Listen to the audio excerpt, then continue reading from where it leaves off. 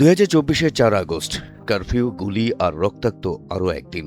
সেদিনও রাজধানী সহ সারা দেশে শেখ হাসিনার পদত্যাগ দাবিতে হাজার হাজার ছাত্র জনতা রাজপথে অবস্থান করেন। পুলিশ ও আওয়ামী সন্ত্রাসীদের হামলায় সেদিনও প্রাণ হারায় শতাধিক মানুষ।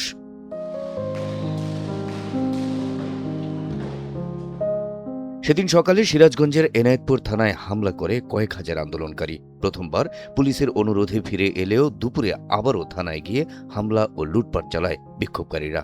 সেই হামলায় এনায়েতপুর থানার তৎকালীন ওসি আব্দুর রাজ্জাক সহ 15 জন পুলিশ সদস্য নিহত হন। একই সাথে নিহত হন 3 আন্দোলনকারী।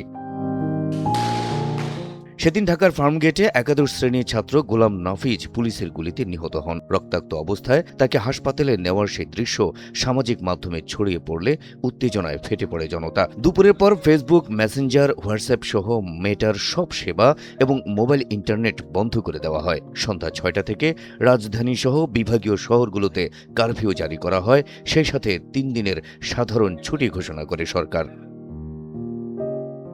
বিকেলে ঢাকা মেডিকেল থেকে 4 নিহতের মরদেহ নিয়ে কেন্দ্রীয় শহীদ মিনারে অবস্থান নেন বিক্ষোভকারীরা।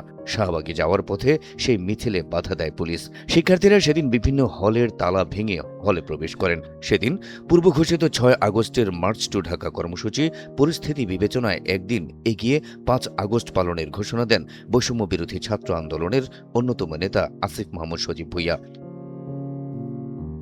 এ নিয়ে জাতীয় নাগরিক কমিটির যুগ্ম সদস্য সচিব তারেক রেজা বলেন, লং মার্চ টু ঢাকার যে কর্মসূচি আমরা দিয়েছে তা 6 তারিখে সফল নাও হতে পারে।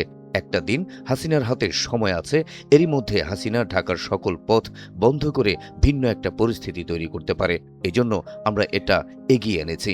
এতে করে অনেকেই হয়তো ঢাকায় আসতে পারবে না, কিন্তু ওই মুহূর্তে ঢাকায় যে পরিমাণ মানুষ ছিল তা হাসিনার পতনের জন্য যথেষ্ট।